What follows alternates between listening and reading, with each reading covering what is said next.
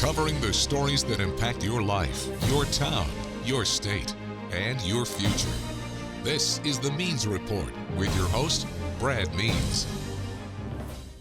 Hello, everybody, and welcome once again to the Means Report. We certainly appreciate you spending part of your day or night with us whenever this airs. We hope that it's reaching you, and we hope that you are safe and sound and healthy and optimistic about what the future may hold in the wake of this devastating storm and the aftermath that is absolutely mind-boggling. We're going to try to clear up some questions and bring some clarity to this overall situation about relief and recovery.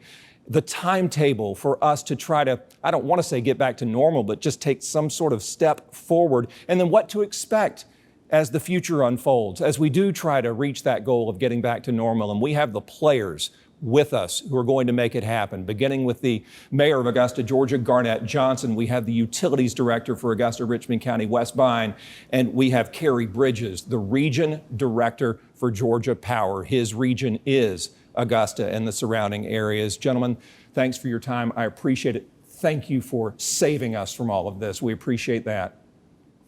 Mayor, let me start with you. How do you feel about the response from Augusta, Georgia so far? And I'm not going to lie, people on social media and in person to me have said, man, nobody knows about what's happening here outside of Augusta, Georgia. Nobody knows, nobody cares, nobody's coming. What can you tell us? I can tell you that our city is recovering, that we have the resources that are coming to our community to make sure that we're being able to provide power and water and some of the most essential needs like food for our community. If you talk about Augusta compared to other parts of not only the state, but the Southeast, Augusta, in my opinion, was spared in a sense that if you look at our neighbors to the north up in Asheville, North Carolina, who's getting most of the attention, they are completely devastated. Keep in mind, this is the worst natural disaster in the history of our city and of our state. Mm-hmm. And I'm proud that we have great state and federal partners that have helped us to bring the resources in to make sure that we're at least on the path to recovery. We're only in day 7. And I know people may say only, but in day 7, you've seen steady progress day by day.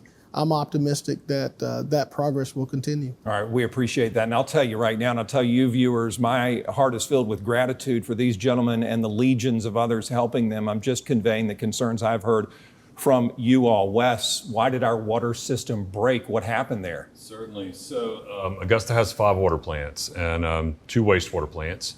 The main water plant at Highland Avenue is fed off the Augusta Canal. We have 9 pumps there. Water falls through the canal, through the pumps, into the river, and is turned. They're called hydromechanical turbines.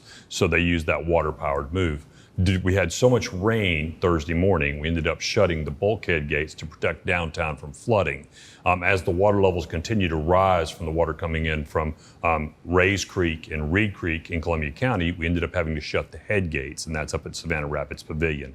So we isolated the area, but we ended up with a tremendous amount of hyacinth and trash, trees. We counted over 100 trees in an hour coming down the canal. So what happened was there was so much debris, we were unable to completely run the hydromechanical turbines. Every time we would try to run them, the screens got clogged up. We would have to stop running them because the machines come offline. At the same time, we lost power at the 3 central groundwater plants. So the demand that those plants required ended up having to come from Highland. So we were pushing incredible amounts of water south. And as the storm continued on Friday, we ended up trying to open the head gates, but the area was blocked with trees. Okay. So we had to walk in to do those adjustments. So it's a long time period to get a response. There was a delayed response. Over time, the river, the amount of material in the river went from a number of what we would normally say was 5 to over 500. Extremely muddy water. All right, so that's how we got here. Kerry Bridges, Georgia Power, how do we get out of this mess? Do you have enough Georgia Power linemen here? Do you need more? I know that folks would like to see legions of Georgia Power trucks rolling down every single street. What's it like behind the scenes? Well, Brad, first of all, thanks for having us today to Sure. tell our Georgia Power story. So we're sitting in Georgia Power's East regions, made up of 11 counties in the greater Augusta area. We have about 180,000 customers, 180,000 meters, probably 450,000 people that we serve in this East Georgia area. At maybe 9 o'clock on Friday, we had 173,500 of those 180,000 customers without power. 95% of our customers' service was interrupted at that point. Georgia Power was well prepared for this storm. We knew days and even a week in advance that this storm was tracking for Georgia. There's so many things that we do to prepare for that. We have a mutual assistance agreement with utilities all across the country. And so we go help them when they need help. They come help us when we need help. We had 10,000 electric service restoration personnel pre-staged in and around Georgia ahead of Hurricane Helene hitting our area. Do you have enough out there right now, or do we need more? It's a great question. So we had 10,000 pre-staged. We now are up to 20,000 electric service restoration personnel working in the state of Georgia. Over the last 3 to 4 days, we've set up 12 staging areas around our 11 counties. We've built cities in 12 locations to serve our people. We're self-sufficient with food, water, trailers, sleeper trailers, and now we have 9,600 beds for electric restoration personnel to service our 11 counties in this part of Georgia. Yeah, I'm glad you pointed that out, Kerry. Georgia Power's cities that they've built for those linemen and women aren't draining our infrastructure, our resources for the city and surrounding areas. Mayor Johnson, what does state and federal help look like to the viewer who is in the dark right now, who perhaps can't flush their toilet still? Where do we go to say, thank you, state worker, thank you, federal worker? Where is that help? So it starts at the state level. GEMA came in early to provide some of the purest resources as to drinking water, tarps, food, meals for many of those who need help. We have other partners with the American Red Cross who has been very valuable to us being able to provide, as I mentioned, some of the most neediest things to our community. Then we have our federal partners through FEMA. As you know, on yesterday they announced that 100% of the costs that's associated with us recovering will be covered by FEMA, which is a huge, huge help to helping people not only gain access to funds needed for food, but have access to things like critical housing needs. So it's so important to have those partnerships both at the federal and at the state level. Governor Brian Kemp was in this community on Monday. Vice President Kamala Harris was here on yesterday, and both have committed in a bipartisan way. And this, as you know, this storm is not a Democrat or Republican issue. This is a Georgia and an Augusta issue, and I'm proud to know that those partners are working together to help our citizens recover from this. Wes, what about the water situation? Where do we stand right now? We are recording this on Thursday. It's going to air all week and weekend long. Are you making progress to get everybody's water flowing? Yes, we are. All of the plants are operational. Highland started producing high pressure water in significant volumes yesterday afternoon to the West Augusta area. The central groundwater plants are operational, moving water. We powered up Fort Eisenhower last night, produced water for it. So the system is becoming pressurized. It's going to continue to climb over the next 12 hours. You should see normal system pressures in all parts of the system, except for the limited outages where we have people valved off while we're doing repairs, waiting on trees to be moved. So we will be there this afternoon with full pressure for everybody. Well, it gave me chills. Kerry, walk us through the process of getting the lights back on. It seems like, by my count, it's a 3-step process. Remove the debris, get the Georgia Power crew out there. Remove the debris, cut the trees, turn the power back on. Walk me through that process as quickly as you can and answer this. Why do my neighbors have power and I don't? I meaning the viewer. It's a great question. And so this storm is different. This is the most destructive storm in Georgia Power's history. So a lot of people want to compare it to the ice storm that happened here 10 years ago because they can identify with it. I would call this the ice storm times 2. The ice storm damaged our distribution system, which you see up and down the roads. That's the poles and wires that you see when we move up and down the roads. This storm also heavily damaged our transmission system. And so we're having to rebuild, I call it reconstruction, not restoration of our transmission system so that we can energize our substations. So we begin the process first by rebuilding our transmission system, energizing our substations. We had to clear the roads, and then we have to clear the right-of-ways to be able to get out there for our workers to restore power. And as we begin to re-energize our electric grid, it's done circuit by circuit. And so you may be on a different circuit than your neighbor across the street and just not realize it. Okay, that's helpful. Mayor, were you surprised by this? We'll go to break after this question, Jarrett. Were you surprised by the magnitude of the storm? You heard Kerry talk about it in historic proportions. I think most of us went to bed Thursday night and thought we'd be okay. We did. As you know, we preemptively put out a notice that we were only expecting wind gusts up to 30 to 40 miles an hour, 3 to 5 inches of rain. And I think before dark, we had received significantly more rain than was anticipated.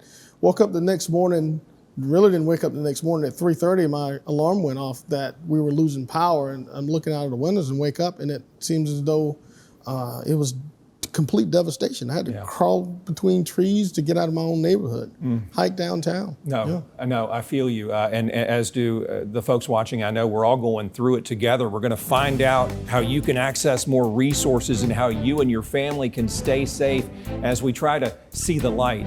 I've got the mayor, I've got the water man, I've got the power man on the Means Report.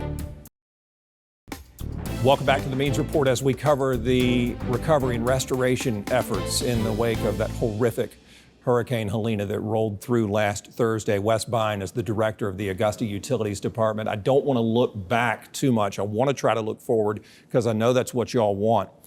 But, Wes, how's our equipment doing? People have complained that perhaps our equipment was too outdated and we knew this time would come, that failure was imminent. Do you agree with that? No, not at all. As a matter of fact, we did have redundancy built into the system and we had backup. We had 2 of the big machines out for service, not realizing that they would be required in this time. However, we had a series of cascading failures that caused this. So the failure of the power plant, or this water plants in the middle, caused water to go that way. Our backup diesel generator overheated. So as a result, we ended up having to bring one of the machines that was for service out into emergency service in order to pump water. And so we actually cut the control door loose on it. We were operating it, even though it's a little bit out of balance. Sure. We put a lot of money into that station. We put a lot of work into the system. It is not due to antiquated materials, machinery, anything like that. Is that diesel company going to give us our money back? We were working with them. They did expedite a crew in for us yesterday. We have a solution finally. We've had 11 diesel mechanics try to get it up and running. We finally got it operational yesterday. All right, thank God. Carrie, talk about the size and scope that Georgia Power is dealing with. Ice storm, I thought 1,700 new power poles was a lot. We need more than that? This storm is, I said it's the most destructive in Georgia Power's history, evidenced by, we're not even done damage assessing yet, but we're already at 8,000 power poles. Is what we need for the state of Georgia. We also need we're picking back up 21,000 spans of wire, which is one pole to pole distance. Right now we're at 1,500 transformers, and we've removed 3,200 trees from our power lines across the state of Georgia.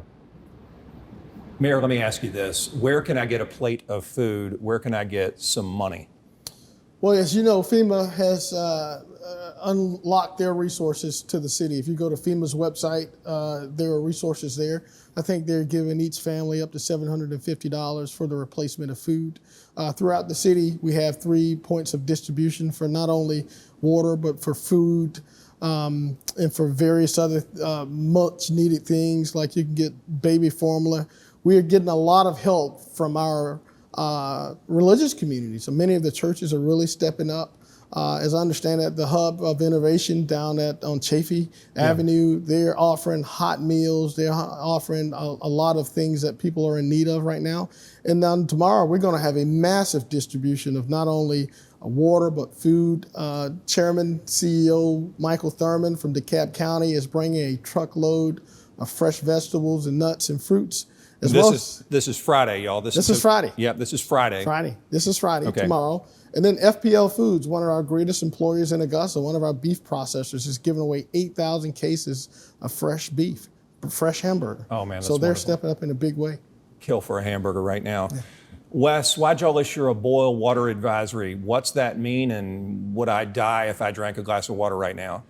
So the boil water advisory is a requirement of the state because of the loss of pressure in the system. It's typically designed to handle when you have a big main break and you run the risk of getting dirt, mud into the pipe. This is because of the low pressure event that occurred. So we have to issue the advisory, as the state has indicated to us. It's an advisory, not a requirement. However, we are pushing it forward. We're repressurizing the system, and we've been conducting bacteriological tests, which have all come back clean. I'm leaving here and going to meet with the state to talk about our plan to lift the boil water advisory for the entire city. I don't know the time frame yet, but I'll issue that as soon as I find out. All right, and let me keep emphasizing this. I know y'all know this. We're recording on Thursday, so if the all clear has been given by the time you watch this after Thursday, we'll have that at WJBF.com and on our Facebook page. Tree questions for you, Carrie from Georgia Power. Are you okay with neighbors going ahead and cutting down those trees off those lines for you, so when you get there you're good, or would you advise us to not do that? Leave that to the professionals. We have tree crews that are working our area right now to clear trees. Please don't touch any down power lines. One thing that is out there is when power lines fall on fences, stay away from fences. Keep children away from that. Don't pull any limbs off any power lines. As we're beginning to re-energize our grid piece by piece, we never know when all those lines that are wrapped up in those trees could be energized. We do damage assessment to ensure that never happens, but occasionally in a storm of this magnitude, those could be energized. So let's treat all wires as if they're energized for safety purposes. You may not be able to answer this question, but is there a point where we might be able to get our hopes up? For instance, if the neighbor's lights come on, or if we see a Georgia Power logo on the side of a truck on our street, is that the time to go, oh my gosh, it's about to happen? Or should we, Carrie, just keep our hopes tempered until we actually see the lights? Listen, we appreciate the public's patience. We understand that we're moving into day 5, 6, and 7. This is a difficult part of the storm. We just ask for your patience. And be sure and check your own facilities. Make sure that your weatherhead on your roof where we attach the wires, make sure your meter base is not damaged, make sure your weatherhead's not damaged, because if there's damage to your facilities, by rule, we cannot connect you back. And we want you to see that, call us, let us help you get an electrician, and we'll leave a flyer like this on the door with a phone number to call.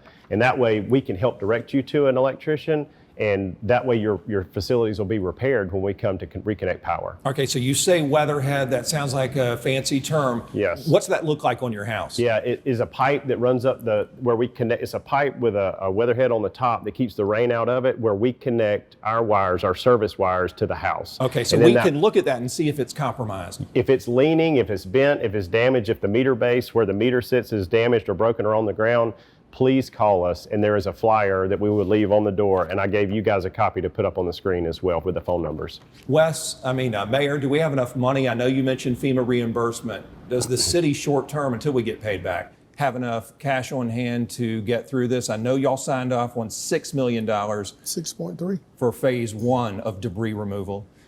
Do we have enough money to pay for more stuff if we need it? Yeah, Brad, I'm pretty confident we do have enough money in our reserves. As you know, we planned for events like this. And we're working through it. And as a mayor and the commission, we're committed to making sure that all resources needed through the city and through our general fund will be applied to this effort to get our city cleaned up. Wes Bine, Augusta Utilities, how confident are you in the quality of our water going forward? You mentioned the equipment, you mentioned everybody coming in and triple checking everything, not to mention the boil water advisory.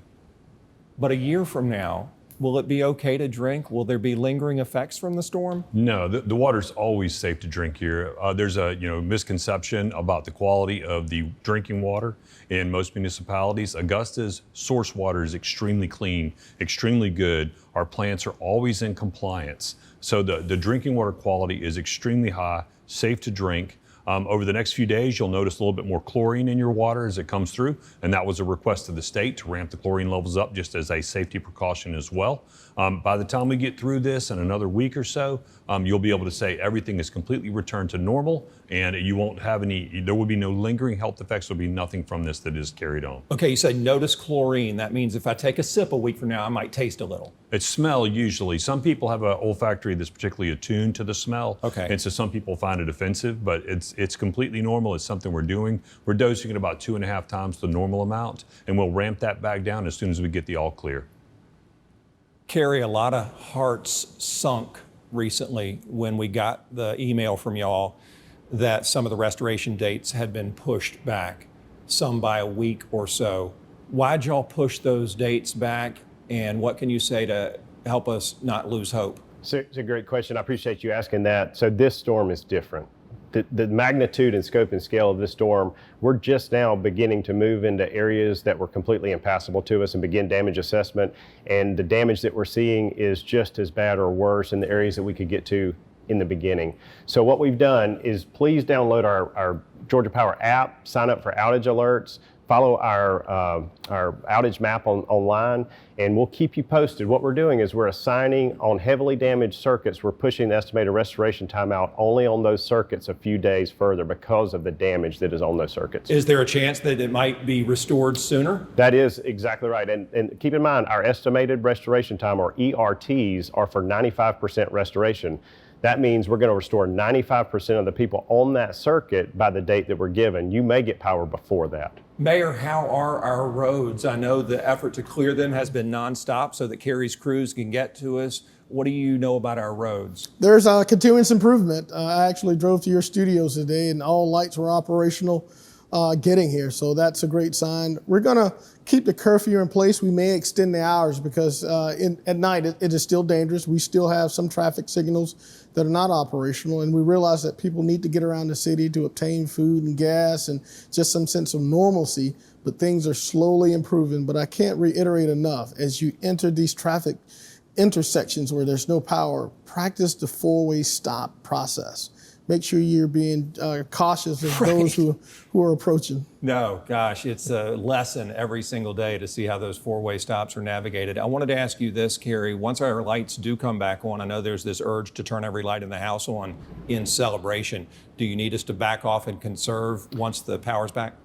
Georgia Power has energy needed to provide daily life right now. So there's no need, just normal energy conservation practices would be enough, especially post-restoration. Real quick, are y'all gonna bury poles in the future, especially with new construction, so they don't get blown down? We underground. And not poles, lines. Yeah, we underground some lines, but our preferred method of construction is overhead. So for exactly this situation, we can find the problem, we can fix the problem. When it's underground, restoration is actually slowed because it takes us a while to find the problem and then actually repair it.